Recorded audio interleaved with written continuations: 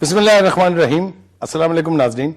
Insight کے ساتھ میں ہوں آپ کا میزبان سلیم بخاری.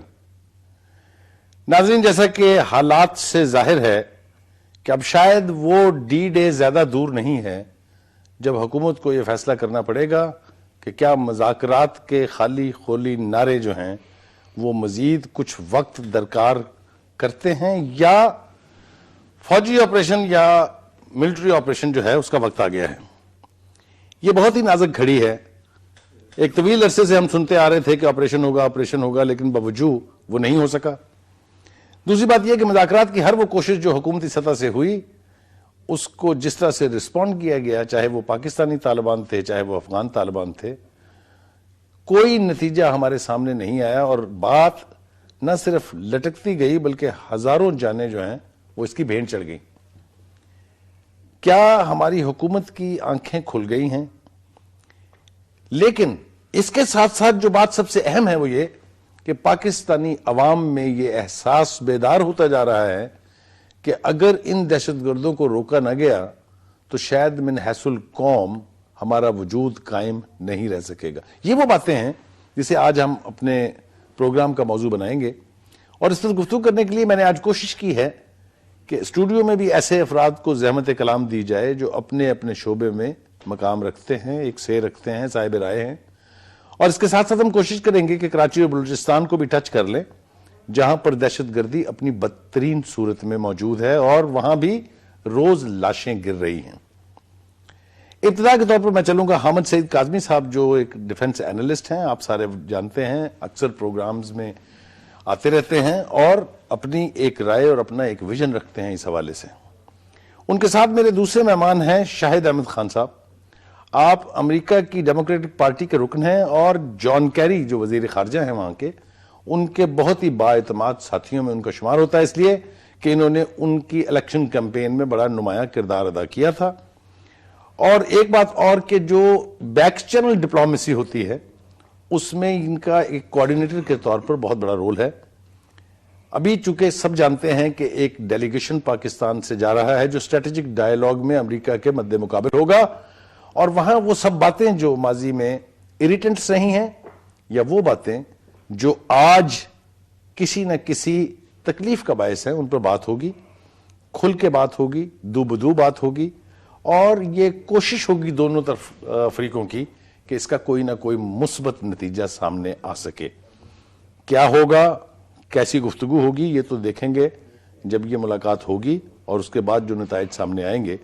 لیکن ابتدا کے طور پر چلتے ہیں حامد سعید کاظمی صاحب کے پاس. وحید صاحب، ویلکم ٹو دا شو. بہت شکریہ. تھوڑی سی میں تصحیح کر دوں. جی، وہ اصل میں حامد سعید کاظمی اتنے مشہور ہو گئے ہیں کہ وہ کاظمی میرے منہ سے نکل جاتا ہے، لیکن یہ کہ میں اپنی تصحیح خود ہی کر لیتا ہوں. اچھا چلیے. حامد سعید صاحب یہ فرمائیے گا، آپ دیکھ رہے ہیں صورتحال کس طرف جا رہی ہے. آپ دیکھ رہے ہیں کہ ایک ایسا احساس ہے کہ شاید عسکری لیڈرشپ اور سیاسی لیڈرشپ ایک پیج پر ہیں اس حوالے سے کہ اس فتنے سے نپٹنے کے لیے جس نے ہزاروں لوگوں کی جان لے لی ہے، جس نے 7,000 سے اوپر فوجی جوان ہمارے شہید ہوئے ہیں، اس کی طرف اب حتمی حل کی طرف بڑھا جائے. کیا آپ اتفاق کرتے ہیں کہ ایسی صورتحال ہے؟ بخاری صاحب، سوال تو آپ نے بہت اہم کیا ہے اور یقیناً اس کو اتنا سنجیدہ سوال ہے کہ اس کو ہم سیاست کی بھینٹ نہیں چڑھا سکتے. ٹھیک. اس کو ملکی مفاد کو ذہن میں رکھتے ہوئے ہی ہمیں کچھ فیصلہ کرنے پڑیں گے. ٹھیک.